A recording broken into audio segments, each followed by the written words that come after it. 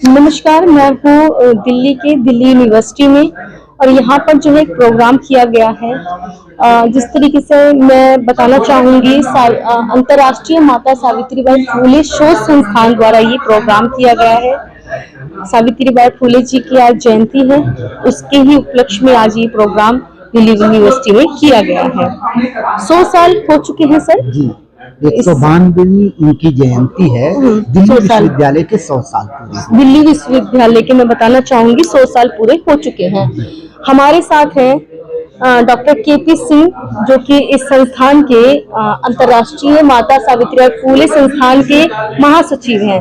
Sir, पहले तो हमारे खोज खबर में आपका बहुत बहुत स्वागत है। सर, बात करें जिस तरीके से आज महिलाओं की स्थिति है, पहले के मुताबिक जब सावित्रीबाई फुले जी ने जो संघर्ष सहा, उनके ऊपर जो है कॉलोनी के लोग जो है उनके ऊपर कीचड़ डाल देते थे, गोबर डाल देते थे। उन संघर्षों को झेलते हुए वो कहीं ना कहीं आगे बढ़ी और एक मिसाल बनी, खासतौर पर महिलाओं के लिए।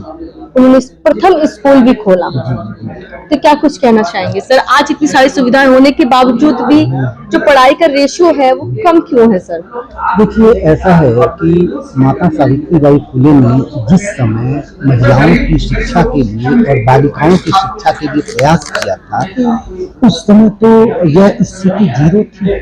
और 192वीं उनकी हम जयंती मना रहे हैं। 192वीं जयंती मनाते समय हम ये मान के चलें कि अगर उस समय उनकी उम्र 15 साल रही होगी, जिस समय वो शिक्षिका के रूप में बालिकाओं के लिए प्रयास कर रही थी, तो आज के समय तक आते आते एक लंबे संघर्ष का दौर हमारे सामने महिलाओं की शिक्षा को लेकर के आया है।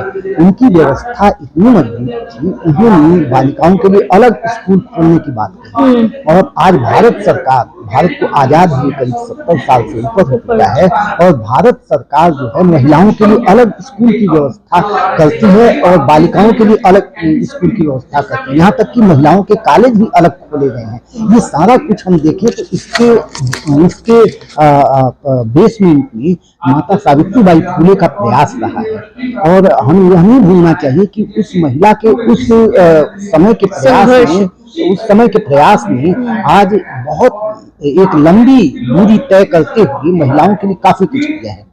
तो ऐसा नहीं है कि हम ये मान के चलें कि महिलाओं की शिक्षा व्यवस्था में कोई कमी आ रही है। निश्चित रूप से धीरे धीरे एक विकास तो हो ही रहा है, लेकिन संख्या के हिसाब से देखा जाए तो रेशो कम क्यों है? हम उसकी वजह भी हम जानते हैं। भारतीय समाज जो है ट्रेडिशनल फॉर्मेट में रहा है, और इस परंपरागत व्यवस्था के अंदर महिलाओं के लिए जो कार्य निर्धारित किए गए थे, वे घर गृहस्थी की चहल दीवारी के अंदर किए गए।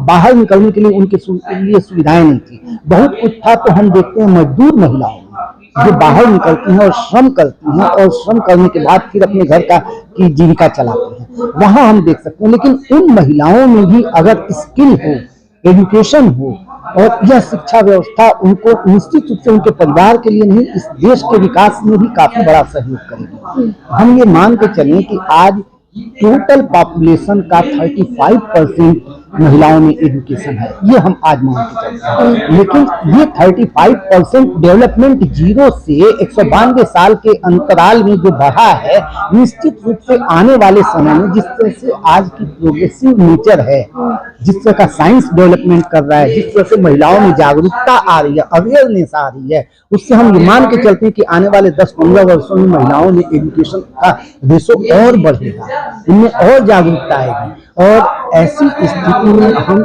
ये निश्चित समझना चाहिए कि एक समाज ही नहीं, एक परिवार।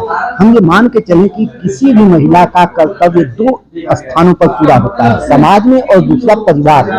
सर, जैसे कि बाबा साहब भीमराव अम्बेडकर जी ने भी कहा था कि घर की अगर एक महिला पढ़ती है तो समझ लो वो पूरे परिवार को पढ़ा देती है। हाँ, ये बाबा साहब ने भी ये बात कही थी। और बाबा साहब चूंकि ज्योतिबा फुले को अपना गुरु मानते थे, तो बाबा साहब के ऊपर भी इस एजुकेशन, और बाबा साहब ने महिलाओं के लिए संविधान में बहुत से सुविधाएं उन्होंने सुनिश्चित की है।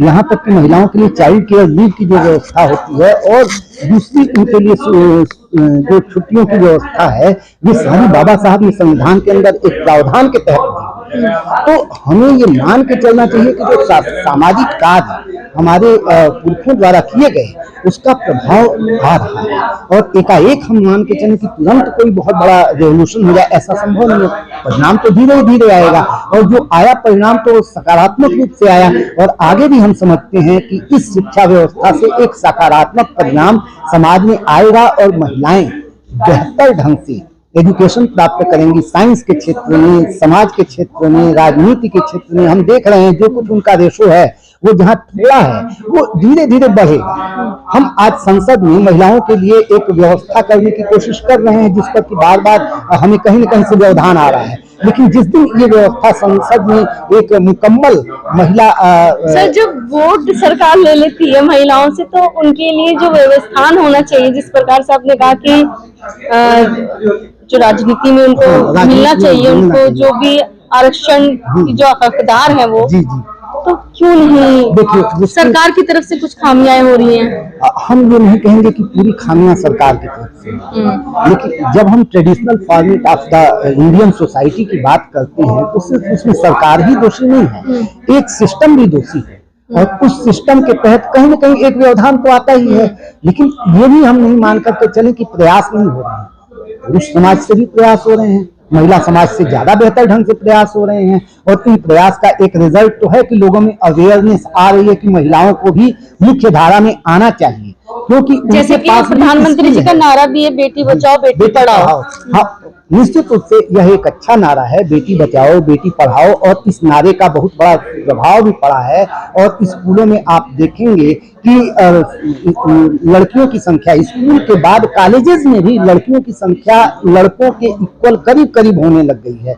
ये बहुत बड़ा हमारा कंट्रीब्यूशन है, ये मान के ही चलना। तो समाज को क्या संदेश देना चाहेंगे, खासतौर पे महिलाओं बच्चियों को? हम ये कहेंगे कि आप जिस तरह से लड़कों के प्रति ये सोचते हैं, समाज के सभी वर्ग और सभी परिवार, सभी समुदाय को मैं ये संदेश दूंगा कि जिस तरह से आप लड़कों के प्रति सोचते हैं कि वे आपके परिवार को, आपके घर को संभालने के लिए उनके पास अच्छी शिक्षा होनी चाहिए, वैसे ही स्त्रियों के बारे में भी, लड़कियों के बारे में भी आप सोचें। निश्चित रूप से लड़कियां लड़कों से कहीं बेहतर ढंग से किसी परिवार, समाज और वर्ग को संभालने में कामयाब होंगे। मैं ये संदेश दूंगा उनको, अच्छी शिक्षा दी। धन्यवाद सर हमसे बातचीत करने के लिए। तो ये थे हमारे साथ डॉक्टर केपी सिंह जी, जो कि महासचिव हैं अंतर्राष्ट्रीय माता सावित्रीबाई फूले संस्थान के। तो आप लोग खोज खबर को देखते रहिए, खोज खबर को सब्सक्राइब कीजिए, लाइक कीजिए, शेयर कीजिए, कमेंट्स करना ना भूलिए। धन्यवाद।